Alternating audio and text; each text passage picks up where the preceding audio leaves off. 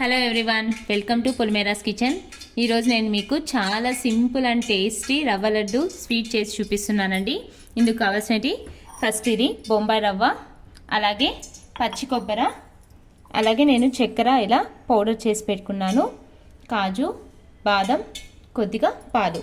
First నేను పచ్చి కొబ్బరి ఇలా వైట్గా బ్యాక్ సైడ్ అంతా కూడా ఇలా తీసేసుకొని జస్ట్ ఇలా వైట్గా ఉండే కొబ్బరి మాత్రమే తీసుకున్నానండి. ఫ్రెష్గా ఉంటే కొబ్బరి చాలా బాగా వస్తుంది లడ్డు అనేది.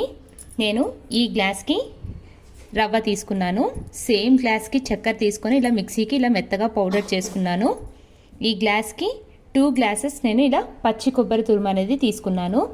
పచ్చి కొబ్బరి ఇలా వైట్గా బ్యాక్ సైడ్ అంతా కూడా ఇది బ్రౌన్ది తీసేస్తే మనకి ఇలా కొబ్బరి అనేది కూడా ఇలా బాగా వైట్గా కనిపిస్తుంది.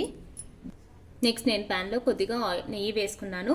నెయ్యి బాగా హీట్ అయ్యాక ఇందులోకి కాజు, అలాగే బాదం,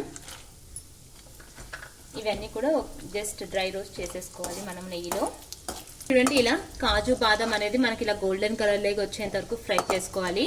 నెక్స్ట్ ఇందులోకి మనము 1 గ్లాస్ బొంబాయి రవ్వ ఉంది కదా, ఆ బొంబాయి రవ్వ అనేది కూడా వేసుకొని బాగా వేయించుకోవాలి.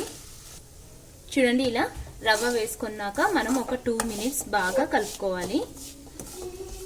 నెక్స్ట్ ఇందులోకి మనము ఆల్రెడీ షుగర్ అనేది నేను పౌడర్ చేసి పెట్టుకున్నాను కదండి, ఈ షుగర్ పౌడర్ యాడ్ చేసేసుకోవాలి. చూడండి, ఇలా షుగర్ పౌడర్ అంతా కూడా వేసుకొని మనం రవ్వలోకి బాగా కలుపుకోవాలి. నెక్స్ట్ ఇందులోకి మనము 2 గ్లాసులు నేను ఇలా పచ్చి కొబ్బరి తీసుకున్నాను కదండి, ఆ పచ్చి కొబ్బరి అంతా కూడా వేసుకొని బాగా కలుపుకోవాలి. చూడండి, ఇలా పచ్చి కొబ్బరి అంతా కూడా వేసుకొని మనము ఇదంతా కూడా మనము లో ఫ్లేమ్లోనే చేసుకోవాలండి. నెక్స్ట్ ఇందులోకి జస్ట్ కొద్దిగా ఒక 2 టేబుల్ స్పూన్ పాలు వేసుకోవాలి, బాగా కలుపుకోవాలి. ఇలా పాలు కూడా వేసుకున్నాక ఒక 2 మినిట్స్కి మనం స్టవ్ అనేది ఆఫ్ చేసేసుకోవాలి. చూడండి, ఇలా మనము వేడిగా ఉన్నప్పుడే నేను చేతికి కొద్దిగా నెయ్యి అప్లై చేసుకున్నాను. నెయ్యి అప్లై చేసుకొని మనం ఇలా వేడిగా ఉన్నప్పుడే జస్ట్ ఇలా మనం రౌండ్గా ఇలా బాల్స్గా కట్టేసుకోవాలి. పాలు ఇలా కొద్దిగా వేసుకోవడం వల్ల లడ్డు అనేది చాలా బాగా వస్తుంది. చూడండి, ఇలా వేడి మీదే కట్టేసుకుంటేనే మనకి లడ్డు అనేది చాలా బాగా వస్తుంది.